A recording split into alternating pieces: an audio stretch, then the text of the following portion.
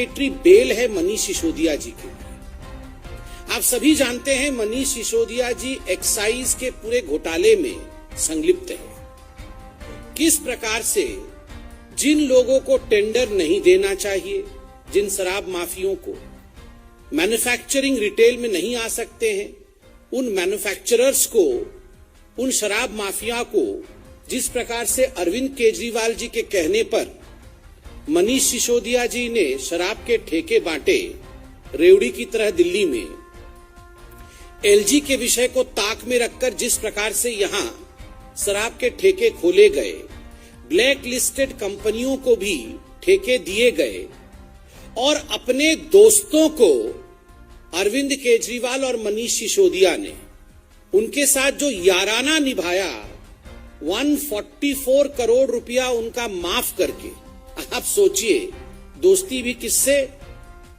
शराब माफियों से। जो शराब के माफिया हैं उनके साथ दोस्ती निभाते हुए जनता की गाढ़ी कमाई से 144 करोड़ रुपया इसका माफी, इसको जो है एक तरह से जनता से लेकर के इन माफिया के हाथ में देना, यह याराना केजरीवाल जी, उनकी सरकार और मनीष सिसोदिया ने किया है।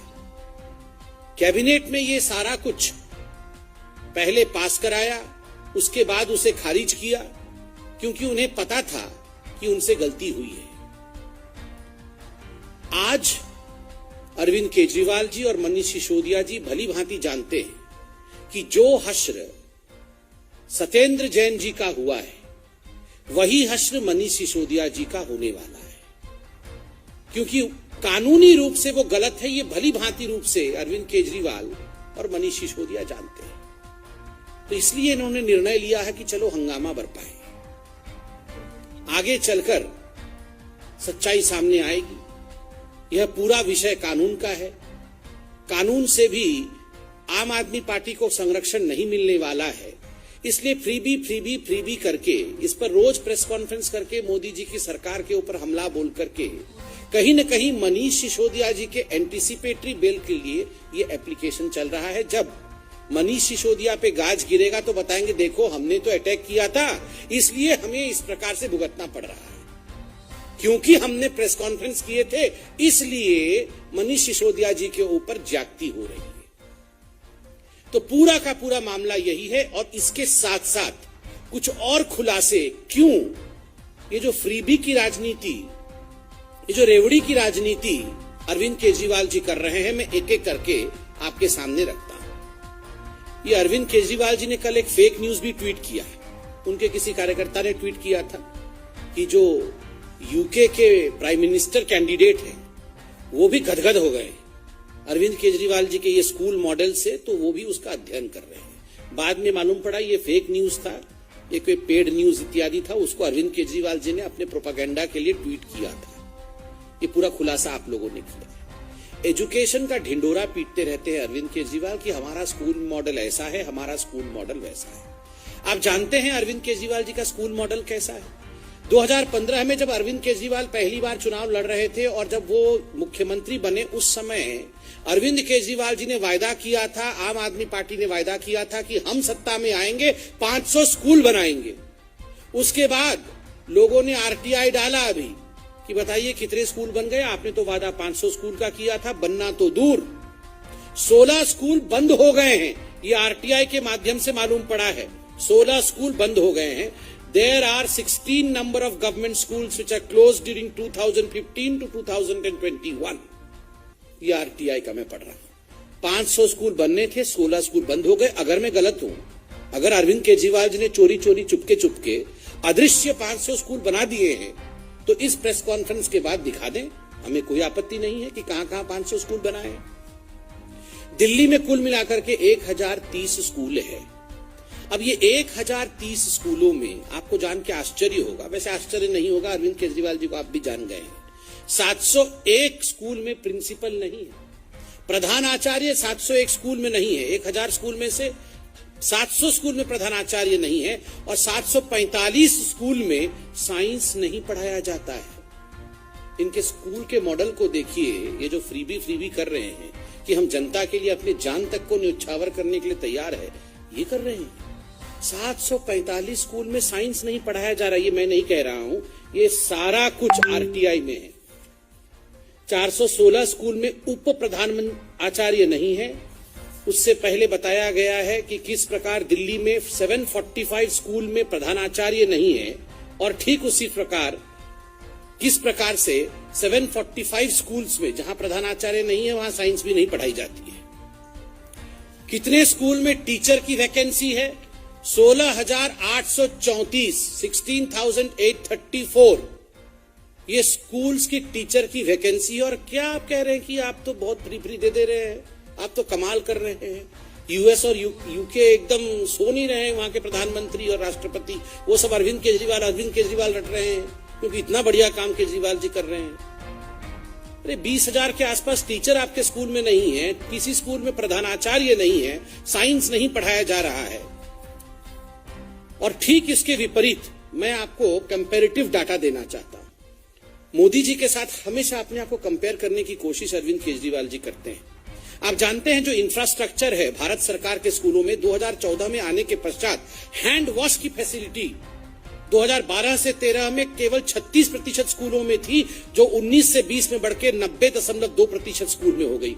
गर्ल्स की टॉयलेट 2012 से 13 केवल 88% स्कूलों में थी, 88% स्कूलों में थी, जो 19-20 में बढ़कर 96.9% स्कूलों में हो गई। ठीक उसी प्रकार हायर एजुकेशन में जो नंबर ऑफ कॉलेजेस 2013-14 में 36,634 था, 19-20 में बढ़कर के 42,342, अर्थात हर दिन 2 कॉलेज स्थापित हो रहे हैं भारतवर्ष में 2014 के बाद। ठीक उसी प्रकार हर हफ्ते एक यूनिवर्सिटी भारत में बन रहा है 2013-14 के बाद। जहां 2013-14 में 723 यूनिवर्सिटी थे, आज 1043 यूनिवर्सिटी है। ये है कंपैरिजन। हेल्थ, ये क्या है? हो हल्ला क्लिनिक, मोहल्ला क्लिनिक नहीं, ये हो हल्ला क्लिनिक ही है। ये पूरा अमेरिका के राष्ट्रपति सो नहीं पा रहे हैं, क्योंकि वो आश्चर्यचकित है, ये कैसे इतना हो हल्ला क्लिनिक खुल गया। गली गली में हो हल्ला, अरे बोल रहे थे 1000 हो हल्ला क्लिनिक खुलेगा, 200-300 हो हल्ला क्लिनिक, वो भी आधे आधे डब्बे जैसे हैं, उसमें 3 आदमी बैठ नहीं सकते। इसको खोल करके हो हल्ला मचाया हुआ है पूरे भारत में कि हम ये खोल दिया, हम खोल दिया। और इसका एडवर्टाइजमेंट केरल में कर रहे हैं, इसका एडवर्टाइजमेंट गुजरात में करते हैं, इसका एडवर्टाइजमेंट कर्नाटक में करते हैं। आप बीजेपी पे विश्वास करिए नहीं करिए, हाईकोर्ट ने क्या कहा? दिल्ली हाईकोर्ट ने कहा ये हो हल्ला क्लिनिक का क्या फायदा है? अगर पैंडेमिक के समय ये ट्रीटमेंट तक ना दे सके लोगों को, इसका क्या फायदा है? जब लोग कोरोना से पीड़ित थे, पैरासिटामोल तक नहीं था इन हो हल्ला क्लिनिक में। खाली हो हल्ला करना, कुछ काम नहीं करना, यह है इनके हेल्थ के इंफ्रास्ट्रक्चर का सवाल। अरविंद केजरीवाल जी बोल रहे थे कि 30,000 बेड हम आते ही ऐड कर देंगे। आपको पता है कुल मिलाकर के दिल्ली में 38 हॉस्पिटल है, दिल्ली सरकार के 11,000 बेड है। ये 2015 से पहले 11,000 बेड थे, अब बढ़ करके 12,000 बेड हो गए। 30,000 ऐड करने वाले थे, बोल रहे थे। कुल मिलाकर के 800-900 बेड ऐड किया है और इतना जोर हल्ला मचाया है। और बोल रहे थे इतनी अच्छी फैसिलिटी है कि विदेश से भी लोग जो आते हैं इंडिया, वो सब देख के एकदम अवाक रह जाते हैं। खुद इनके मंत्री के जो मंत्रिमंडल के लोग, उनके जो परिवार के सदस्य हैं, इन्होंने इस साल 1,25,00,000 रुपया का ट्रीटमेंट प्राइवेट हॉस्पिटल से लिया है। इसको रिएम्बर्स दिल्ली सरकार ने किया। अरविंद केजरीवाल जी, आपको याद है ना, 2015 में जब भाषण दे रहे थे तो बोले थे हम ऐसा स्कूल खोल देंगे कि जितने हमारे मंत्री हैं और हमारे जो एमएलए होंगे, सबके बच्चे उसी में पढ़ेंगे, कोई और प्राइवेट स्कूल में नहीं जाएगा। एक का बच्चा नहीं पढ़ रहा उसमें। मैं चैलेंज कर रहा हूं अरविंद केजरीवाल जी को, आपका भाषण है, अंबेडकर नगर में भाषण दिया था, वो भाषण भी हमारे पास है, समय नहीं होता तो दिखाते भाषण भी। आपने कहा था सभी मिनिस्टर और एमएलए के बच्चे वहां स्कूल में पढ़ेंगे। आप अभी प्रेस कॉन्फ्रेंस करके बताइए, इतना वर्ल्ड क्लास स्कूल खोल दिया है, कितने आपके मिनिस्टर और आपके एमएलए का बच्चा उसमें पढ़ रहे हैं? कोई नहीं पढ़ रहा है। ठीक उसी प्रकार आपके लोग ट्रीटमेंट भी हो हल्ला क्लिनिक में नहीं ले रहे हैं, गरीबों को आप झांसा दे रहे हैं। और रह गया नौकरी, ये अरविंद केजरीवाल जी एक दिन भाषण में बोले थे अभी कुछ दिन पहले कि 10 लाख लोगों को नौकरी दे दी। कहीं तो छाप दिया था कि 20 लाख लोगों को देंगे, 10 लाख 20 लाख में इनको कोई फर्क नहीं पड़ता, फटाफट छाप देते हैं 20 लाख, भाषण में 10 लाख बोल देते हैं। फिर किसी ने आरटीआई डाल दिया। पहले आरटीआई में आया कि 3,246 इतने लोगों को नौकरी दिया है। 10 लाख बोला, उसके अगले दिन आरटीआई में आया 3,246 लोगों को नौकरी दिया। फिर बाद में आरटीआई का डिटेल आया, उतना भी नहीं था, 849 लोगों को दिया है। 849 लोगों को नौकरी दिया है कुल मिलाकर के। ये डिटेल पूरा मेरे पास। और आप जानते हैं अभी दिल्ली में जो पोर्टल है उसमें 15,13,000 लोग अभी अनएम्प्लॉयड उसमें रजिस्टर्ड है। अभी 2-4 दिन पहले अरविंद केजरीवाल जी गुजरात में जाके बोल रहे थे, जिसको नौकरी नहीं मिली मैं भत्ता दूंगा, बोले थे ना, 1000 रुपए सबको भत्ता दूंगा, कोई चिंता मत करो, सबको नौकरी दे दूंगा और जो थोड़े लोग बच जाएंगे उनको हम भत्ता दे देंगे। अरविंद जी, ये 15,13,000 लोग दिल्ली में रजिस्टर्ड हैं जिनको नौकरी चाहिए, जो अनएम्प्लॉयड है, आपके पोर्टल में रजिस्टर्ड है। नौकरी दिया है 849 लोगों को। कितने बाकी लोगों को आपने भत्ता दिया है बताएंगे जरा, कितना भत्ता दिया है? दिल्ली में एक व्यक्ति को 1 रुपया भत्ता नहीं दिया है और जाके पूरे वर्ल्ड में गाना गाते हैं भत्ता भत्ता भत्ता दे देंगे। करना कुछ नहीं है, केवल हल्ला मचाना है। इनका फाइनेंशियल मॉडल, दिल्ली सरकार के फाइनेंशियल मॉडल के बारे में आप जानते हैं। दिल्ली सरकार का मैं पूरा सीएजी का रिपोर्ट लेके आया हूं। बहुत दिन बाद सीएजी का रिपोर्ट आया है, मैं सब रिपोर्ट लेके आया हूं। आज आपको रिपोर्ट पढ़ता हूं। ये मनीष सिसोदिया जी 3 दिन पहले बोल रहे थे कि हम लोगों को तो रेवेन्यू सरप्लस है। हम लोग बोला था ना, हम रेवेन्यू सरप्लस है, हम इतना सब लोगों को दे रहे हैं, मुफ्त में दे रहे हैं, ये कर रहे हैं, फिर भी हमारे पास बहुत रेवेन्यू है। ये सीएजी ने पोल पट्टी सब खोल दी है। सीएजी क्या कहती है? सीएजी कहती है the revenue surplus of Delhi government in 2019-20 was 7,499 crore, indicating that the revenue receipts of the government were sufficient to meet the revenue expenditure. The Delhi government had been able to maintain the revenue surplus largely on the account of pension liabilities of its employees being borne by the central government. In addition, expenditure of Delhi police is also borne by the Ministry of Home Affairs, Government of India. कि ये जो surplus बता रहे हैं 7,499 करोड़ का, वो surplus इसलिए है क्योंकि पैसा सेंट्रल गवर्नमेंट दे रही है। और फिर सोचिए पोल पट्टी क्या खोलती है CAG. The Delhi government's debt increased by nearly 7% in the 4-year period up to 2019-20. जब से केजरीवाल जी बने 2015 में सीएम और 20 तक 4-5 साल में 7% कर्ज बढ़ गया दिल्ली का।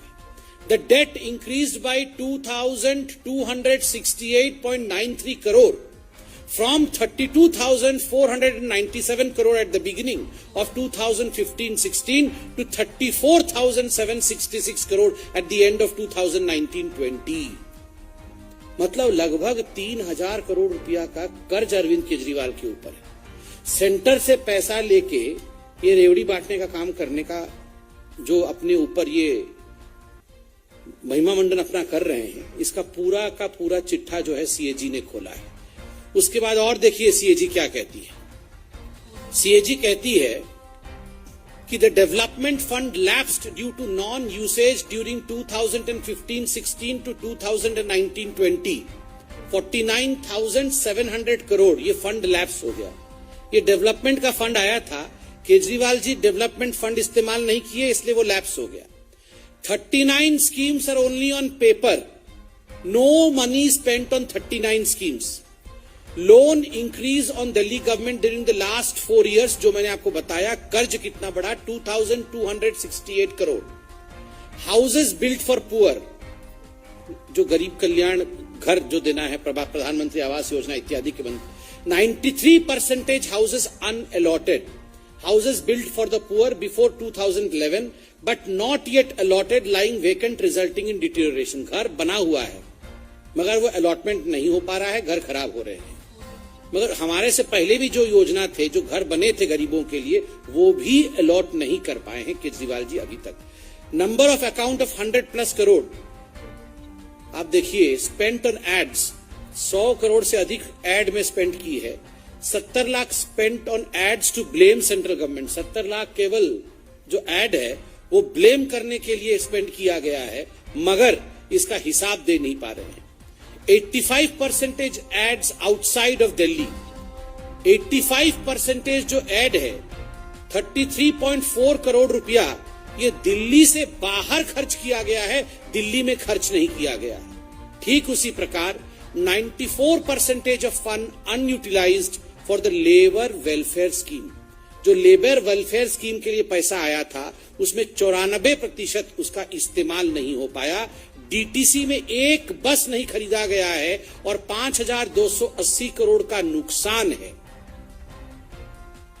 आप सोचिए जरा, इस प्रकार की परिस्थिति दिल्ली सरकार की है। और सबसे बड़ी बात जो अभी मैं बताने वाला हूं, आप सबको याद होगा, जब शीला दीक्षित थी तो खैर अरविंद केजरीवाल जी एक बैग लेके चलते थे, बोलते थे इस बैग के अंदर शीला दीक्षित की सारे जो काले कारनामे हैं वो भर्ती हैं, जैसे ही मैं आऊंगा उनको जेल में डाल दूंगा। क्यों? क्योंकि शीला दीक्षित जी ने जो बिजली कंपनी है उसको 300 करोड़ रुपया का सब्सिडी दिया। आप जानते हैं अरविंद केजरीवाल जी ने बिजली कंपनियों को इस साल कितने का सब्सिडी दिया है? 3,200 करोड़ का सब्सिडी दिया। अपने यारों को, अपने मित्रों को बिजली कंपनी वालों के साथ सांठगांठ करके उनको 3,200 करोड़ रुपया का सब्सिडी दिया है। 300 करोड़ वाले तो चोर थे, उनको जेल में जाना चाहिए था।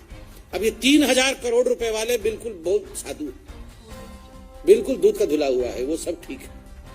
ये सारा का सारा अरविंद केजरीवाल, मनीष सिसोदिया ये जो रोज प्रेस कॉन्फ्रेंस कर रहे हैं, इसके पीछे दो कारण है।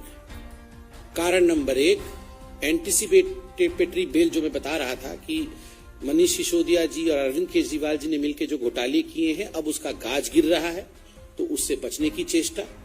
दूसरा, उनकी नौकरी, उनकी स्कूल्स और उनके स्वास्थ्य की जो योजनाएं थी, अब वो धीरे धीरे सामने आने लगे हैं, तो स्वाभाविक रूप से उसके ऊपर किस प्रकार से अपने आप को बचाएं, इसलिए ये प्रयास किया जा रहा है। एक और अच्छी बात आपको बता दिया जाए, ये अरविंद केजरीवाल जी जो हेल्थ के लिए इतना बताते हैं, मैं पंजाब का भी कुछ विषय लेके आया हूं।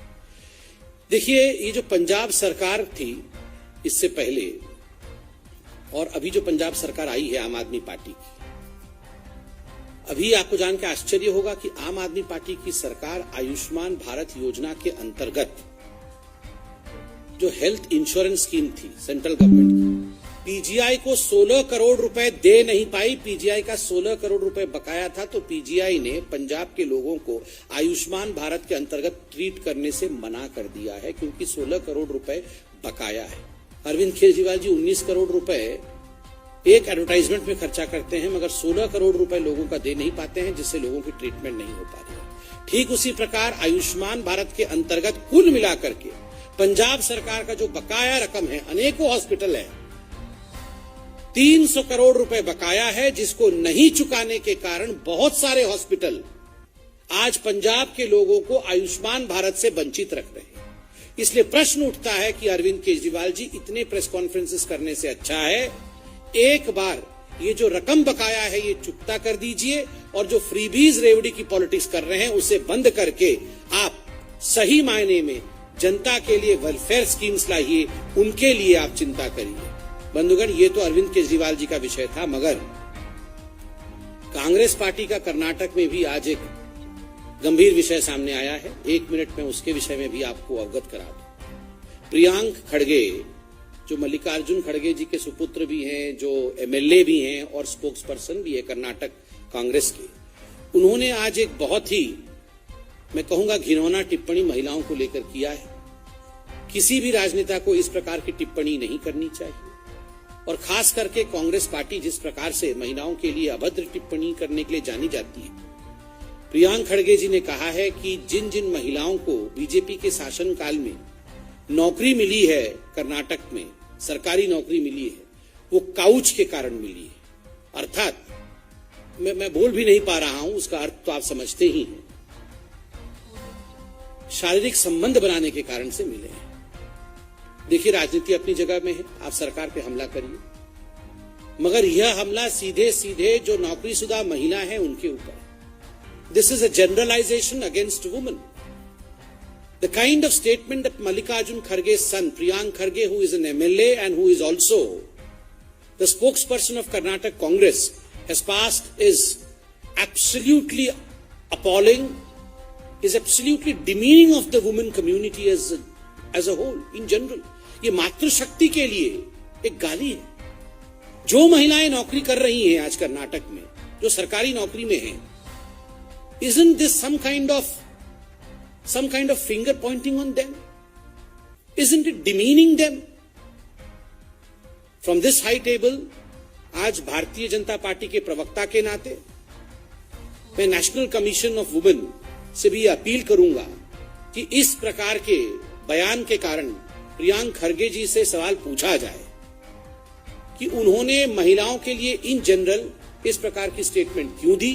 और मुझे लगता है जिस पार्टी की अध्यक्षा स्वयं एक महिला हो और जिस पार्टी में श्रीमती वाड्रा कहती है लड़की है लड़ सकती है, वहां महिलाओं के लिए इस प्रकार की कुलचित सोच अगर किसी नेता के मन में है तो मुझे लगता है he should be reprimanded by none other than Sonia Gandhi and Shrimati Vadra.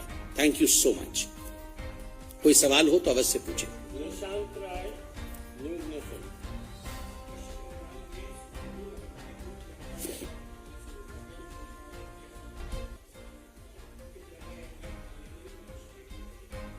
देखिए, हम सब ने कल टीवी के माध्यम से, मीडिया के माध्यम से देखा कि किस प्रकार तिरंगा यात्रा जो देश के हर कोने में, हर स्थान में निकल रहा है. जब बंगाल में हमारे एलओपी, लीडर ऑफ अपोजिशन, जिन्होंने ममता जी को हराया भी है, शुभेंदु अधिकारी जी निकाल रहे थे, उन्हें रोक दिया गया.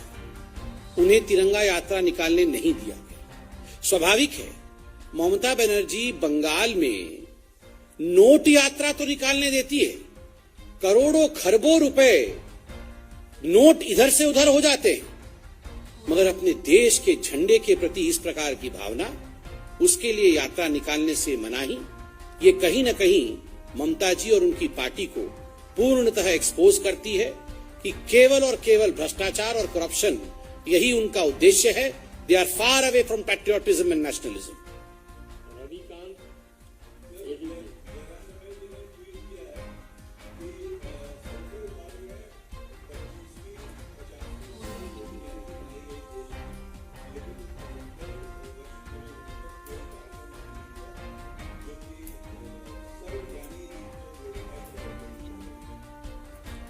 देखिए, जयराम रमेश जी तो डेली ट्वीट करते रहते हैं, हर विषय में उनको फॉल्ट नजर आता है. जयराम रमेश जी, हर घर तिरंगा अभियान या आजादी के अमृत महोत्सव के अंतर्गत यह अपील माननीय प्रधानमंत्री जी ने हर भारतीय से किया है. जयराम जी, आप अपने घर में झंडा फहराइए, ये राजनीति का विषय नहीं है. हम तो आशा करते हैं, आज हमने देखा कि हमारे अध्यक्ष आदरणीय जेपी नड्डा जी ने अपने घर में झंडा फहराया, अमित शाह जी ने अपने घर में झंडा फहराया, तमाम हमारे नेता सबने अपने घरों पर झंडा फहराया है. मुझे लगता है सोनिया जी, राहुल जी और श्रीमती वाड्रा ने भी फहराया होगा. ये फोटो डालें जयराम रमेश जी, वो इतना ट्वीट करते हैं, सुबह से शाम तक कम से कम 40-50 ट्वीट करते हैं, ये भी डालें, अच्छी बात है. वैक्सीन का फोटो तो नहीं डाला था, छुपा के रख दिया था. मुझे लगता है कम से कम तिरंगे का फोटो डालेंगे.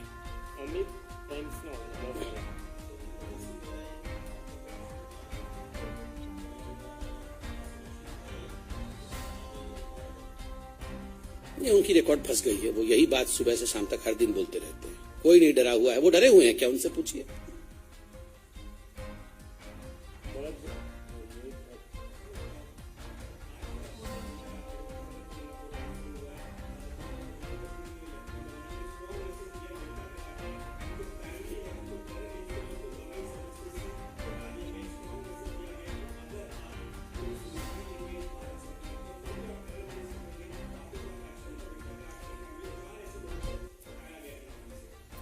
This is a welcome step by the Lieutenant Governor and इसमें कोई दो मत नहीं है कि जब से भारतीय जनता पार्टी की सरकार आई है, जीरो टॉलरेंस फॉर टेररिज्म यह हमारा मुख्य विषय रहा है.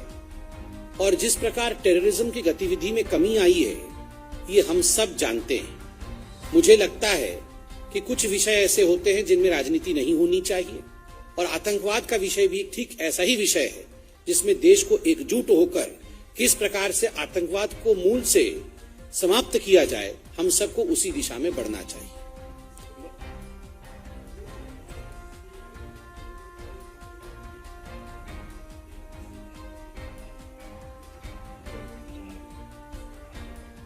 देखिए, हम सबने देखा कि जो आक्षेप, जो आरोप कांग्रेस पार्टी लगा रही थी संघ के ऊपर, आज हमने देखा कि डीपी भी किस प्रकार से हमारे सामने है, झंडा भी सब जगह फहराया जा रहा है। हमने तो शुरू से कहा कि इसमें राजनीति नहीं होनी चाहिए। मैं भी रिक्वेस्ट करता हूं कि सोनिया जी, राहुल जी अपने घरों में झंडा फहराएं और सभी कांग्रेस पार्टी को, जो माननीय प्रधानमंत्री जी ने कहा है, सभी कांग्रेस पार्टी के अपने कार्यकर्ताओं को भी अपील करें कि प्रधानमंत्री जी की ये अपील कोई पार्टी विशेष के लिए नहीं, ये पूरे देश के लिए है। तो मैं चाहता हूं कि इसमें श्रीमती वाड्रा, रॉबर्ट वाड्रा और राहुल गांधी ये भी तिरंगा यात्रा में भाग लें, ये भी आगे आएं।